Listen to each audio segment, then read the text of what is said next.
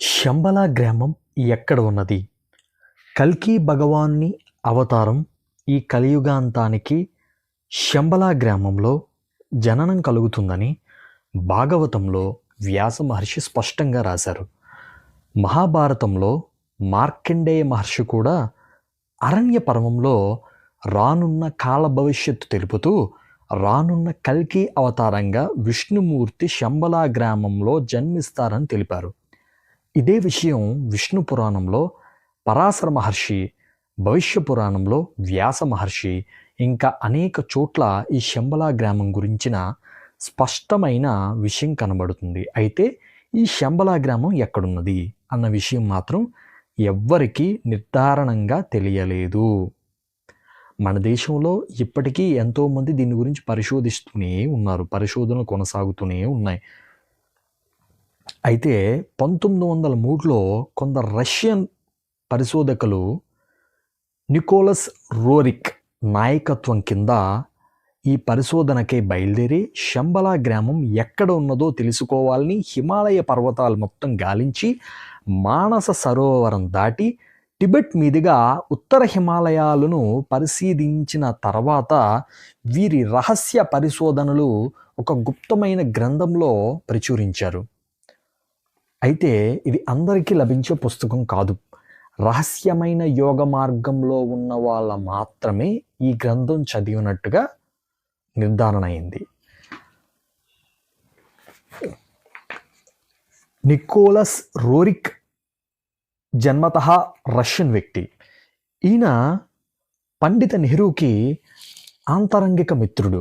అంతేకాదు టిబెట్లో బుద్ధ భగవానుని అవతారమైన 13వ దలైలామా వారికి దగ్గర పరిచయం ఉన్న వ్యక్తి.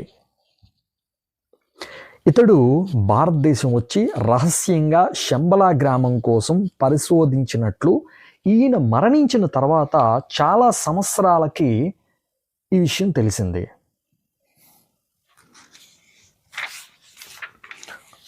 తర్వాత ఒకానొక నాడు రోరిక్ తన పరిశోధనా యాత్రలో భాగంగా మైళ్ళు నడిచి 12,000 అడుగున ఎత్తున్న మజిలీని చేరుకున్నాడు.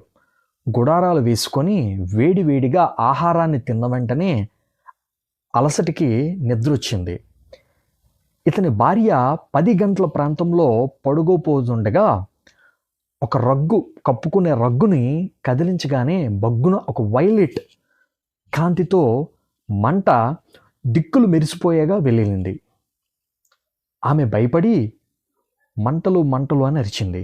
నికోలస్ రోరిక్ త్రుళ్ళిపడి లేచి చూస్తే తన గుడారంలో 26 అడుగుల ఎత్తున నిలిచి ఉదారంగు మంటతో ఒక తేజస్సు వెలుగుతుంది. కానీ ఆశ్చర్యం ఏంటంటే ఆ మంట వెలిగే కానీ ఆ మంటకి ఎక్కడ వేడి లేదు. ఆ మంటలను ఆర్పడానికి చేతితో ప్రయత్నించగా చల్లగా తగిలింది. కొంచెం గోరువెచ్చగా ఆయన అనుభవం ఆయన గ్రంథంలో రాశారు. ఇదే అనుభవం వాళ్ళ భార్యకు కూడా కలిగింది.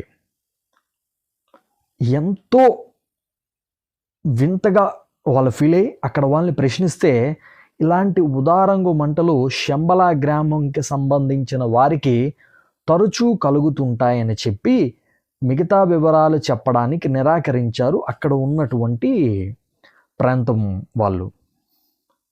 అయితే ఈ రోరిక్ తన అనుభవాల్ని తన సొంత వాక్యాల్లోని తన గ్రంథంలోని వివరించారు.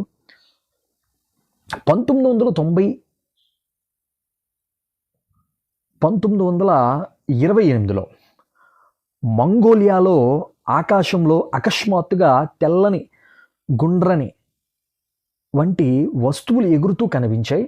హడావుడిగా అందరూ పరిగెత్తి చూస్తే అది విమానం కాదు, బెలూన్ కాబోలు అనుకొని బైనోక్యులర్స్తో చూడగా అది తెల్లని లోహం వలె వెండిలా మెరిసే గుండ్రని ఆకారం ఒక మెరుపు మెరిసి మంచు కొండల వెనక్గా మాయమైంది. ఇది చదివితే ఈనాడు ప్రపంచమంతా 100 మందికి కనిపిస్తున్న ఎగిరే పల్లాలు లేక UFO లేదా ఫ్లయింగ్ సాసర్స్ వంటి వస్తువులే ఇవి అని నిశ్చయంగా తెలిసింది. ఈ విషయాలను అక్కడ తపస్సు చేసుకునే యోగులను వాళ్ళు ప్రశ్నిస్తే ఇవి శంబలా గ్రామం నుండి వచ్చే రహస్య సంకేతాలని తెలిసింది. క్రీస్తు శకం 1206లో మంగోలియాలో జన్మించిన క్రులుత్తాయి అనే మహావ్యక్తి సగం ప్రపంచాన్ని జయించి చెంగిజ్ ఖాన్గా ప్రఖ్యాతి చెందాడు. ఇతన్నే నిసార్ ఖాన్ అనే పేరుతో కూడా విదేశాల్లో పిలుస్తారు. ఈ నిసార్ ఖాన్ సరిగ్గా 800 సంవత్సరాల తర్వాత జన్మిస్తాడని, ఆ సమయంలో శంబలా గ్రామం నుండి కల్కి భగవానుడి అవతారం కూడా వస్తుందని మంగోలియాలో భవిష్యత్తును తెలిపే కథలు ఎన్నో ఉన్నాయి. ఎర్రని రాతితో చేయబడ్డ రాతి గుర్రం సకిలిస్తుందని, అదే అతడి రాకకు గుర్తని నికోలస్ రోరిక్ స్పష్టంగా తెలియచేశారు.